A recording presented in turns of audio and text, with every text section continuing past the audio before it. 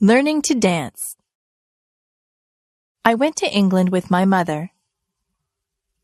She used to be a singer in a band. We went to the hotel that she used to sing at.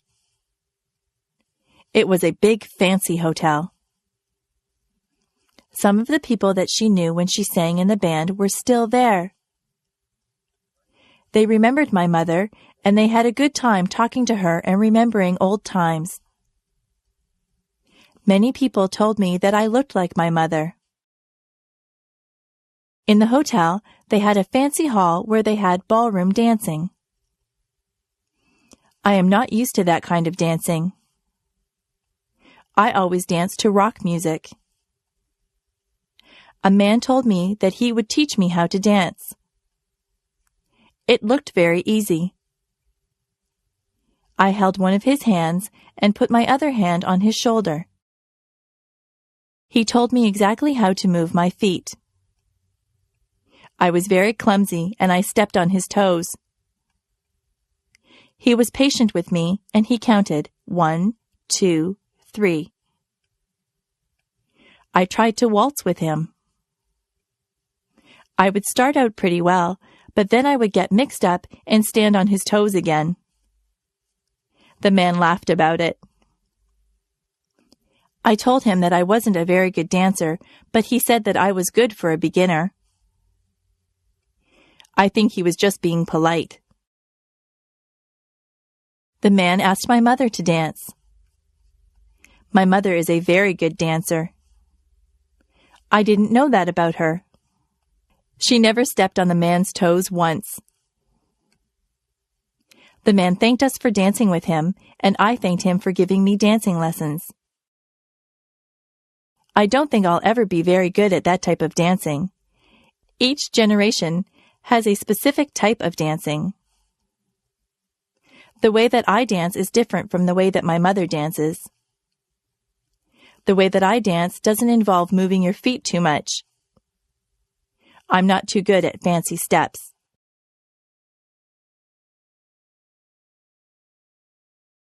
Superheroes. When my brother was very young, he loved superheroes. He collected plastic figures of all the superheroes. I think he had every superhero figurine that there was. He used to tie a towel over his shoulders and run through the backyard. He pretended that he was rescuing people. One time he stood on the roof. He really thought that he could fly with his superhero cape on. He would have hurt himself if he had jumped. My dad saw him and told him to get down.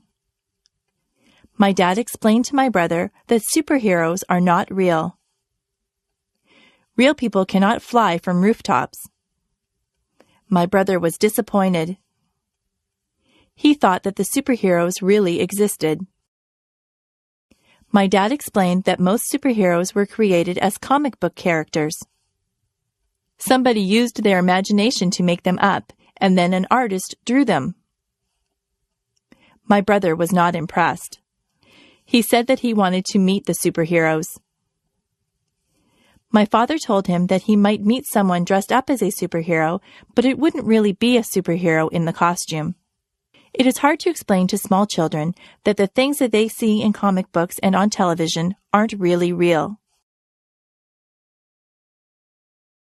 My brother still pretends that he is a superhero. He doesn't jump from rooftops, but he runs around and makes noises like he is flying. I look at him and remember when I used to do things like that. I'm more mature than my brother. I know that superheroes aren't real, but I know that he is having fun and using his imagination. Being a princess. Sometimes I think that I would like to be a princess. A princess would live in a palace and wear beautiful clothes. She would have servants to do chores for her, and she would probably marry a handsome prince. People would recognize her. They would wave to her as she drove by. It seems like it would be a lot of fun to be a princess. But maybe it wouldn't be so nice. Maybe it would be terrible to be recognized by everyone. Maybe a princess would feel like everyone was watching her. She would have to look nice every time she left the palace. There would always be people with cameras who wanted to take her picture. A princess would have no privacy. Even in her own palace there would be servants around, so she would never really be alone. If I were a princess, I would worry about security for my family. Sometimes, people who are in high positions are threatened by other people. That would be a worry. I'm not so sure that being a princess would be all that much fun. I think it might be better to be just a normal person like me. I don't have to worry about looking wonderful all the time. People don't follow me around and take my picture. Whenever you see a picture of a princess, she is smiling. I wonder if she's smiling on the inside, or just smiling for the camera. Video designed by English7levels.com. My worst fear. I am afraid of water. I don't know why I am afraid. I have never had a bad experience in the water. I just never learned to swim. I should have done that when I was just little. It would be easier for me to swim now if I had started when I was young. I will go into the shallow water, but I start to panic when the water gets higher than my chest. I don't like the feeling of not being able to put my feet on the bottom of the pool or the lake.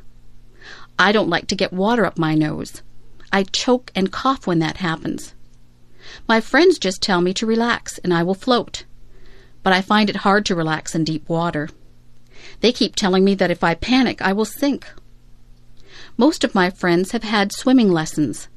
Some of them are even lifeguards. They have tried to teach me to swim, but I think I need to go to a place where they actually teach swimming. It would be nice to jump into a pool of cold water on a hot summer day. That would be so refreshing. If I go out onto a boat, I always wear a life jacket. I think it is wise to do that. Everyone should wear a life jacket on a boat. I would rather be safe than sorry. I have decided that I will overcome my fear. I will go and take swimming lessons. I have a goal. By this time next year, I would like to be able to swim the length of the pool without being afraid. It is best to face your fears and deal with them. I hope that I can overcome my fear of water.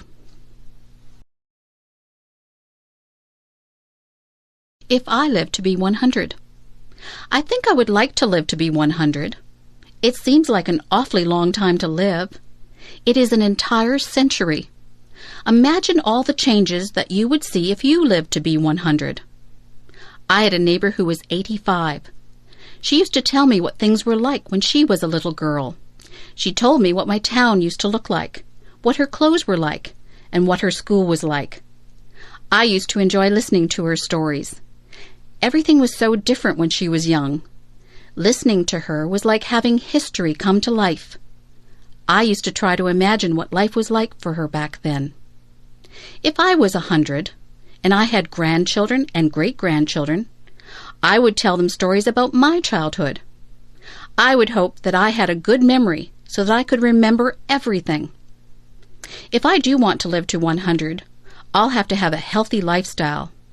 Not too many people live to be that old. If I do get to be that old, I hope I'll still be mentally alert and physically agile. In my country, the Prime Minister sends a letter of congratulations to anyone who has their 100th birthday. People who live to be 100 are very special. Maybe in the future, with better medical care and healthier lifestyles, more people will live to be 100. If I live to be 100, I'll have a birthday cake. But I won't put 100 candles on the cake. I could never blow out 100 candles.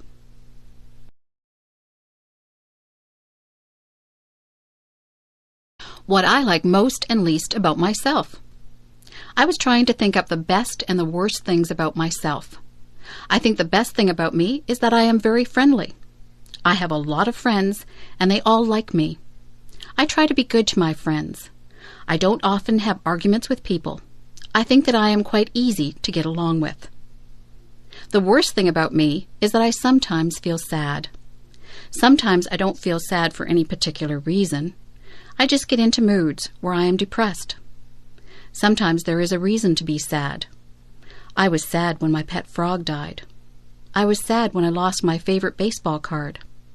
On those days, I'm still nice to my friends, but inside I feel like there is a heavy weight in my chest. I think that everyone feels sadness sometimes. I try to do things that make me happy whenever I get into one of my sad moods. Last Saturday, I felt a bit sad, so I called up my friend John and asked him if he wanted to go to the movies. We went to a comedy. We laughed all the way through the movie, so that by the time the movie was over, I didn't feel sad anymore. My friendliness is my best trait, and my sad moods are my worst traits. I have to work at getting over my sad moods more quickly. Being sad doesn't do anyone any good. There is no use in feeling sorry for oneself.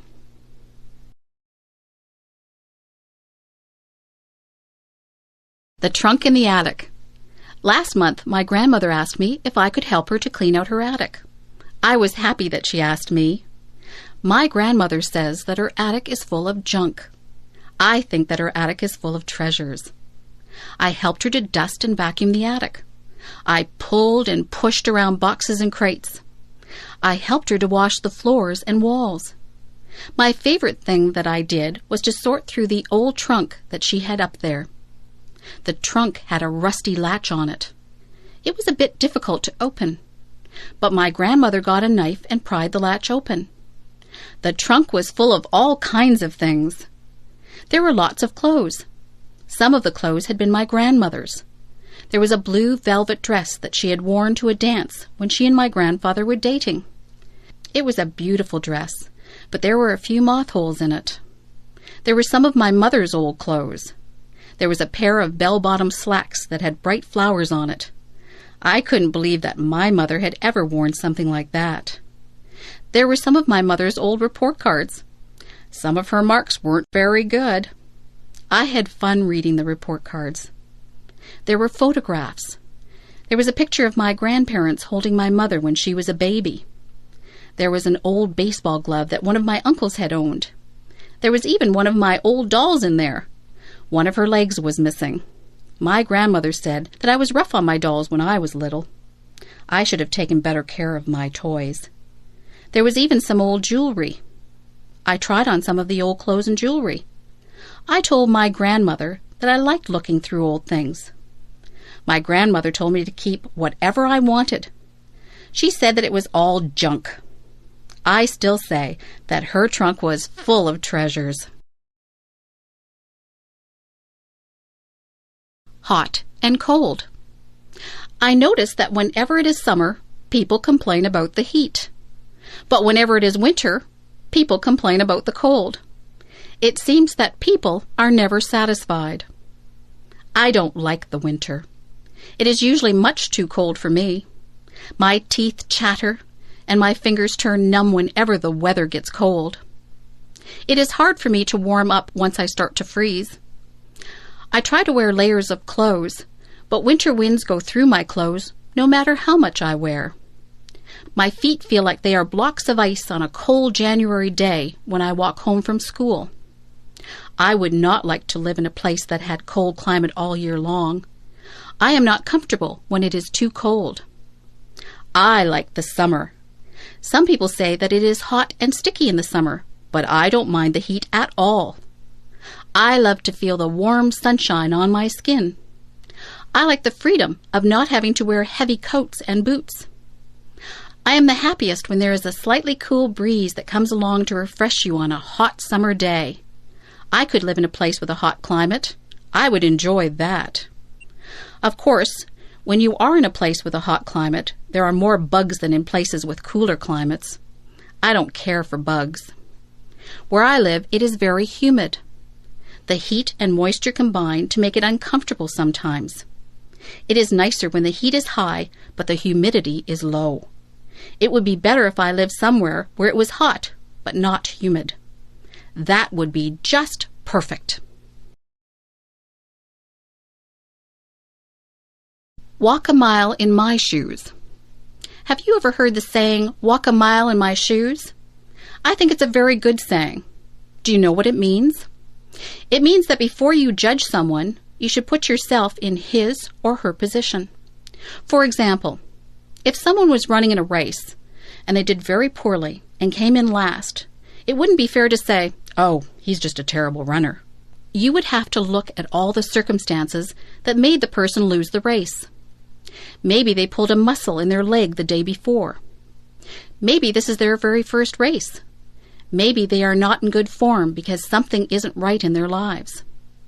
There can be so many things that affect a person's life, performance, and moods. There can be so many things that affect a person's life, performance, and moods. If someone was very quiet at a party, you couldn't just assume that they weren't friendly. You don't know what is happening in their lives. They could be feeling ill, or they might have just had a bad experience. Nobody can know exactly how another person feels. Even if someone tells you what he or she is experiencing, you still won't fully understand what is going on inside the other person. Everyone perceives and feels things differently.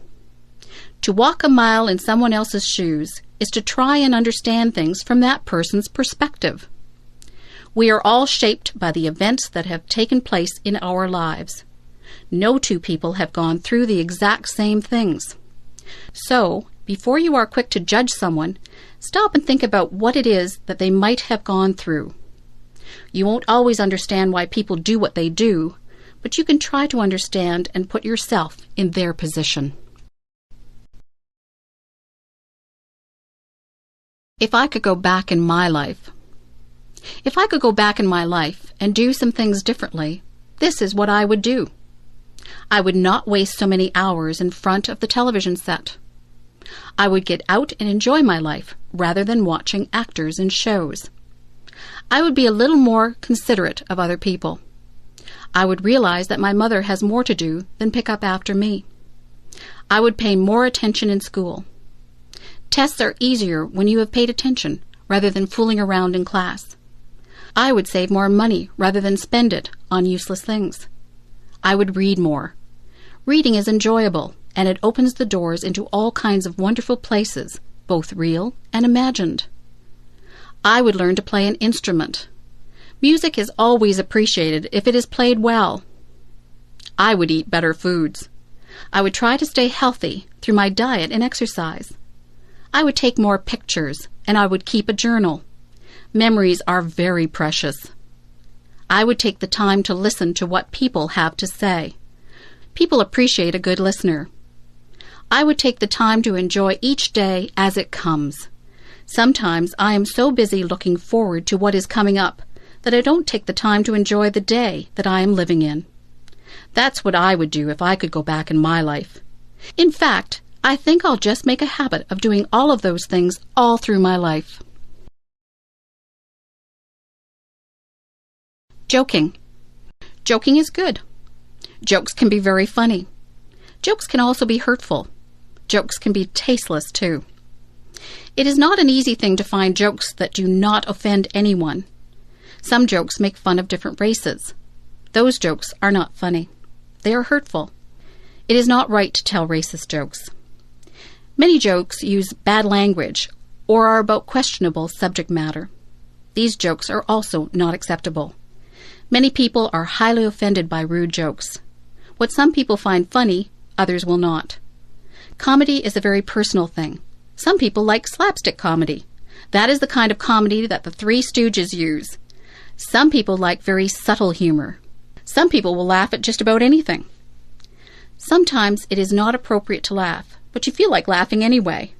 Did you ever see anyone fall down? Did you feel like laughing when they fell down?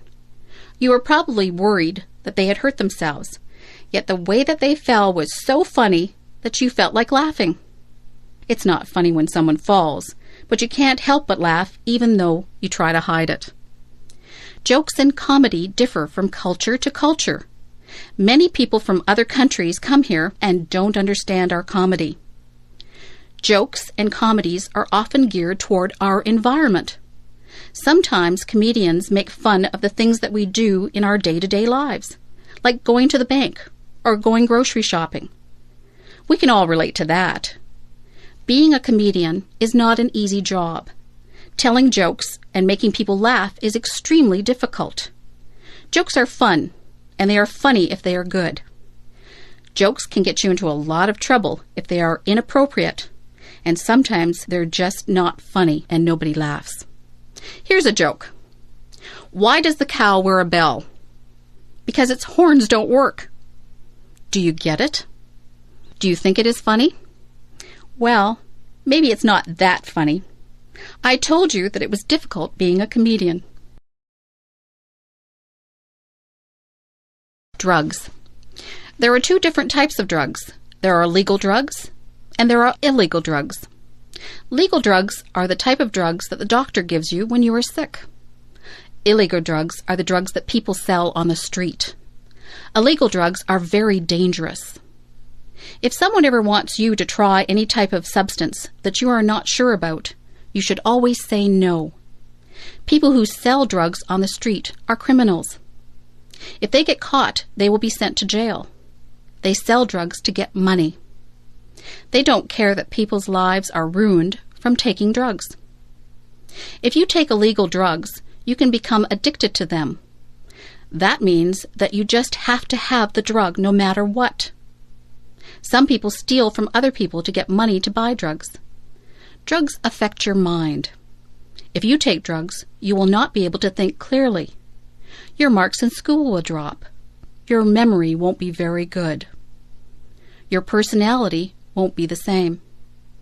It is very unfortunate that some people do try drugs. They think that it won't hurt them. They are wrong. If you are smart, you will stay away from all drugs, except for the ones that the doctor gives you. Drugs are just bad news. If you know someone who is thinking about trying drugs, tell them that their entire life could be ruined. In America, they have a saying, just say no to drugs. It is a good saying, but I think I would rather say, I'm just too smart to take drugs.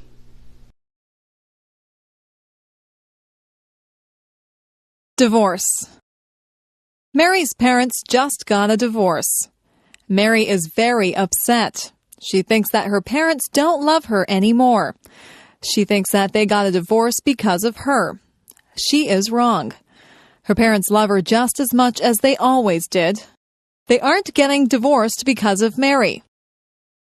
Sometimes marriages just don't work out. It isn't really anyone's fault. Marriage isn't easy. It is hard for two people to stay together for a lifetime. Sometimes people change as they get older and they move on. Some people have perfectly good marriages and they stay together for their entire lives. Divorce doesn't happen because the parents don't love the children anymore. A lot of children feel that it is their fault, but it isn't their fault at all. Children neither cause the divorce nor can they prevent it. It is up to the parents. Divorce isn't the end of the world. Children can still see both parents and stay with them. Life goes on. Sometimes children can get new stepmothers or stepfathers. That can be a good thing. You just have to be understanding and know that your parents still love you. Life doesn't always go the way that we planned it, but it has its twists and turns. Life is an adventure. If your parents get a divorce, just be understanding.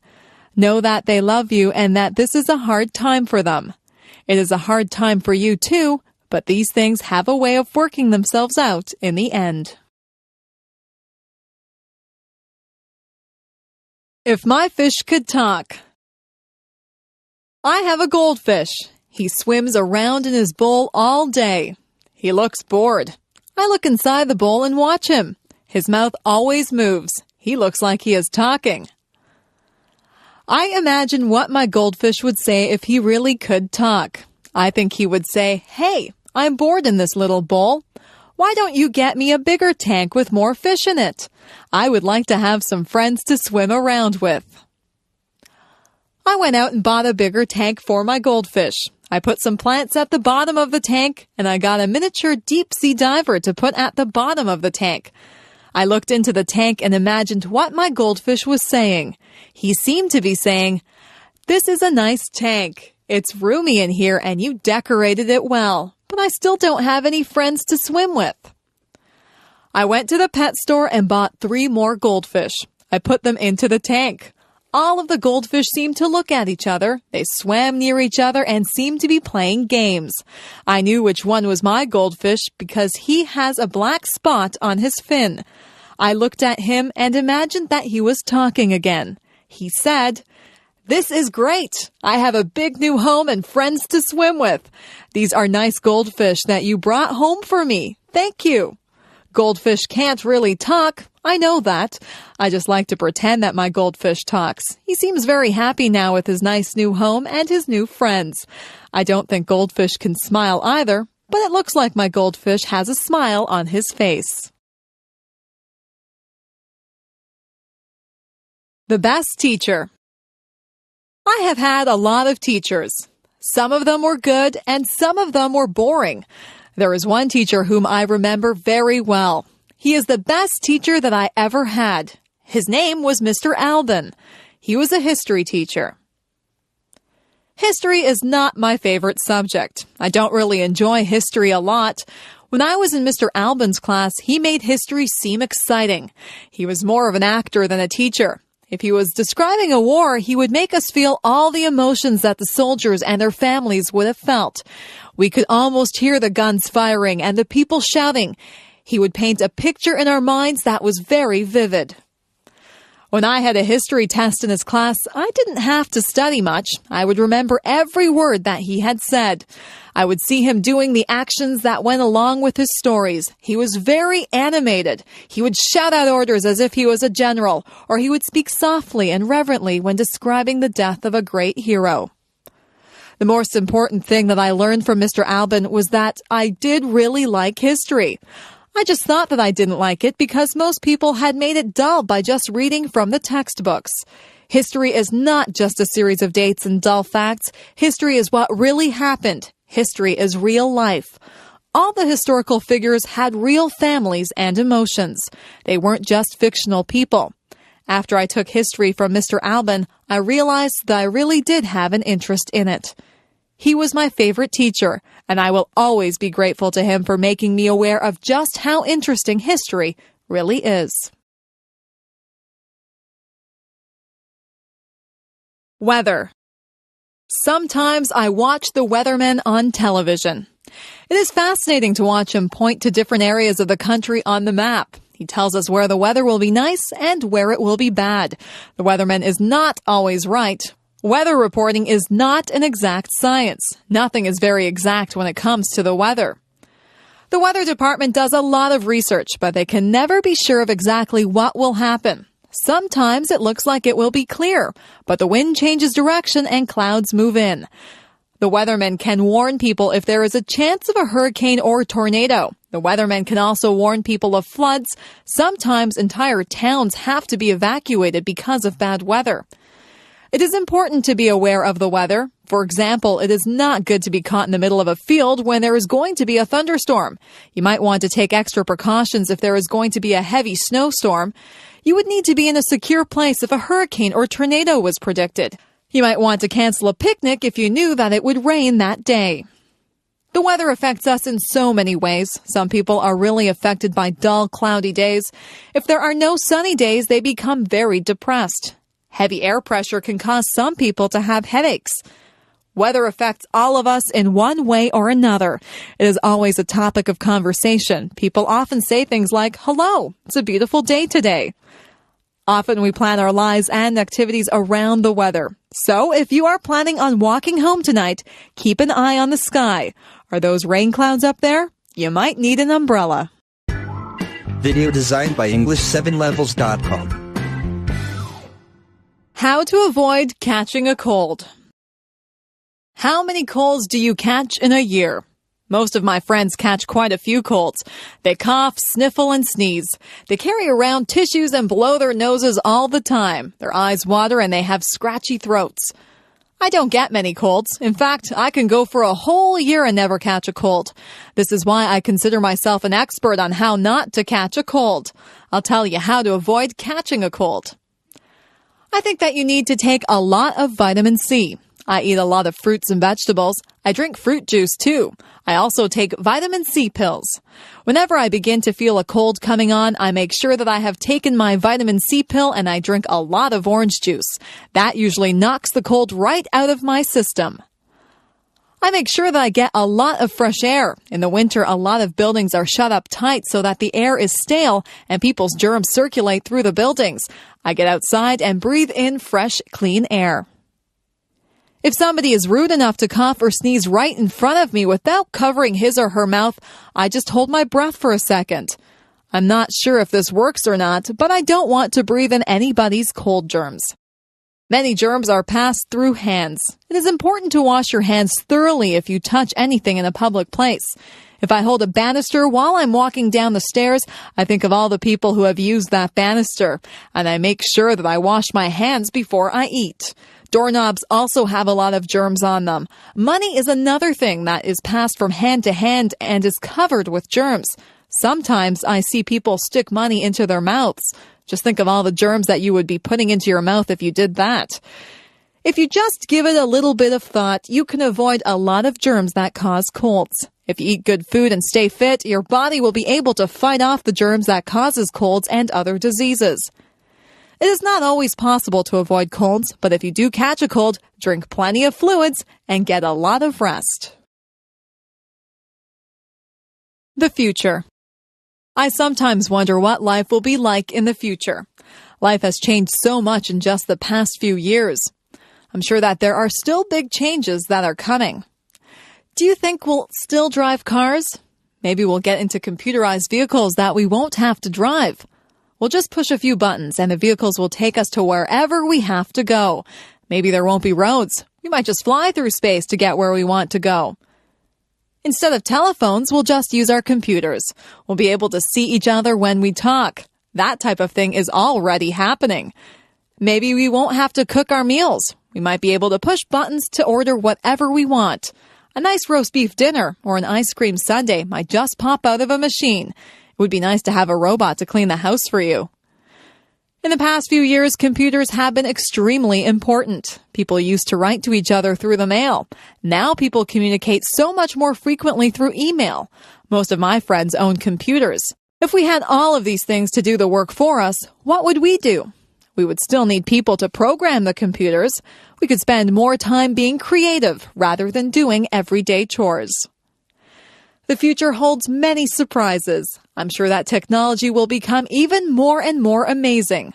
When my parents were young, they had never even seen a color television. Nobody owned a computer.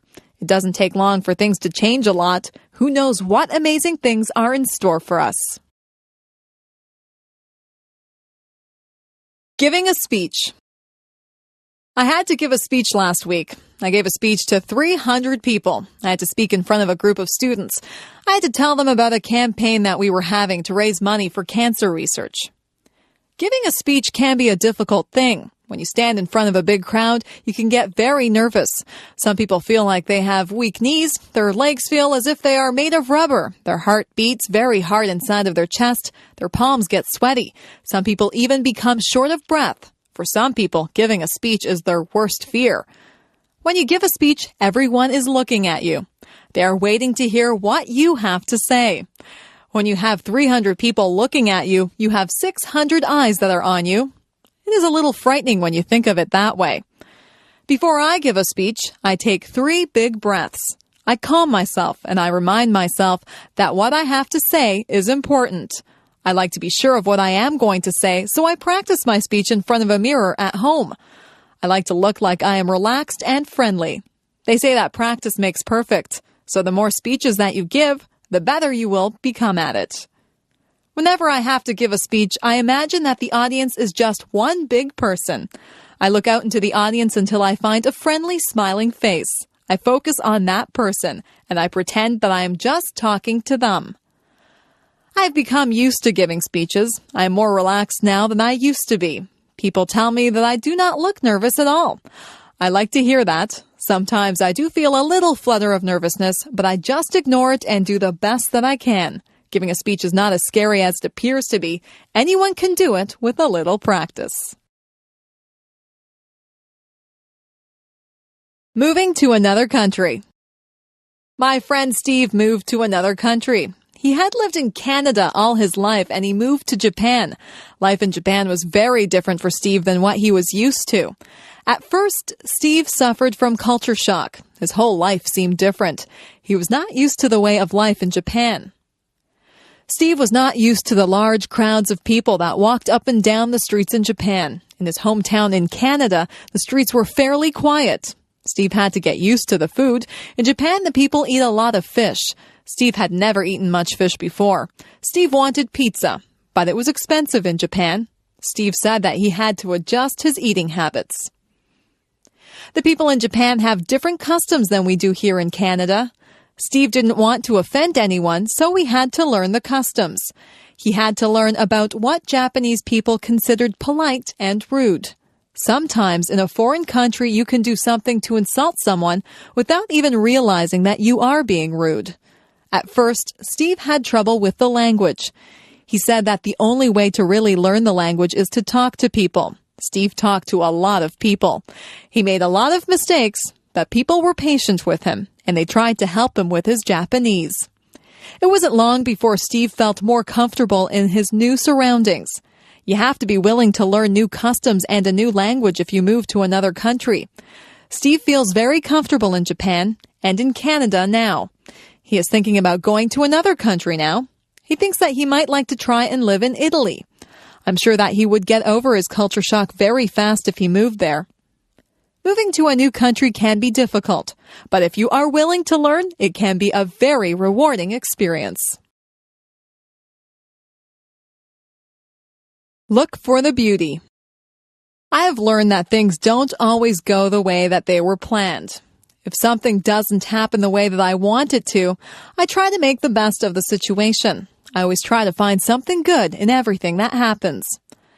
Last year, I broke my ankle when I was walking on an icy sidewalk. At first, I was very upset. I was missing school and there was a party that I wanted to go to. I couldn't do very much of anything. My ankle was very sore. I stayed home and I read a book. It was an excellent book and one that I probably would not have had time to read under normal circumstances. My friends brought my homework to my house and we had some really nice visits while they were here. I had to accept the fact that I couldn't go anywhere on my broken ankle, so I made the best of a bad situation. Once I lost my way when I was out camping. I ended up in a very large field. I was afraid that nobody would find me, but I calmed myself down and took time to examine all the interesting wild flowers in the field. My family did find me. They were surprised at how calm I was. I have learned that there is something valuable inside every adventure and something beautiful inside every person. We had a new boy who came into our class. His clothes weren't in style and he was not particularly handsome. Some of the boys and girls made fun of him. Sometimes people can be really cruel. He seemed to handle it all right, but inside, I knew that it must hurt. Some of my friends and I invited him out with us. We found out that he had a terrific sense of humor, and he is probably one of the nicest people that I have ever met. He has since become one of my best friends. It makes me ashamed when someone that I know judges someone by how they look. It isn't fair to do that. You'll find that something good comes out of almost every situation. You'll find something good about almost everyone that you meet if you look hard enough. If something doesn't work out the way you planned it, just make the best of the situation. Look for the beauty in everything. My doll. When I was an infant, I got a rag doll. It was a very plain little doll, and it wore a clown outfit and a clown's hat. I used to take that doll to bed with me every night. I couldn't go to bed without my doll. My mother used to pretend that the doll was talking to me. She would make the doll dance and sing songs. I would talk to the doll. My mother would answer for the doll, but I was a baby, and I thought that the doll was actually talking to me. That doll was my best friend. I took her everywhere. One time I took her to a store with me, and I left her on a shelf in the store. We were halfway home when I realized that I didn't have my doll with me. I was very upset. My mother and I rushed back to the store. My doll was still there. I was so relieved. I hugged my doll and I promised myself that I would never leave her anywhere again. I couldn't imagine life without that doll. Through the years, the doll became less important in my life. I had other things to do, but the doll still sat on my bed during the day, and I still took it to bed at night. I gave that doll a lot of love when I was little. In fact, I love that doll so much that she looks tattered and torn now. There are parts of her face and hands that are almost worn away. I had a lot of other toys when I was little, but none of them were ever so important as that doll. I don't play with toys anymore, but that doll is still in my room. She sits in a special chair in the corner. I'll always have that doll. No matter how worn out she is, I'll always keep her and cherish her as part of my early childhood. I am curious. I am curious about many things. I would like to find the answers to a lot of questions that I have. What holds the stars up in the sky? Why does ice form on the top of the lake when it is cold? Is there life on other planets? Why do we not fall off the face of the earth? How do caterpillars turn into butterflies? All of these things are mysteries to me. There are so many questions that are unanswered. I think I should go to the library and get a book to find out why people grow old. What makes a television work? I also want to know where electricity comes from. Who is the strongest person in the world? Who is the smartest person in the world? Why do some people have blonde hair and some people have black hair? Why do people in different countries speak different languages? Why do people have to die? Why are no two snowflakes alike? What makes people fall in love? What makes the rivers run? Why does the sun rise every morning? How did the oceans form? Why did the dinosaurs vanish from the earth? I wonder if I'll ever find out the answers to all of my questions. I think I'll have to study hard and stay in school to find out everything that I want to know. Some questions never get answered. It is good to be curious. People who are curious about things are the ones who learn a lot, and some curious people go on to invent things and make important discoveries.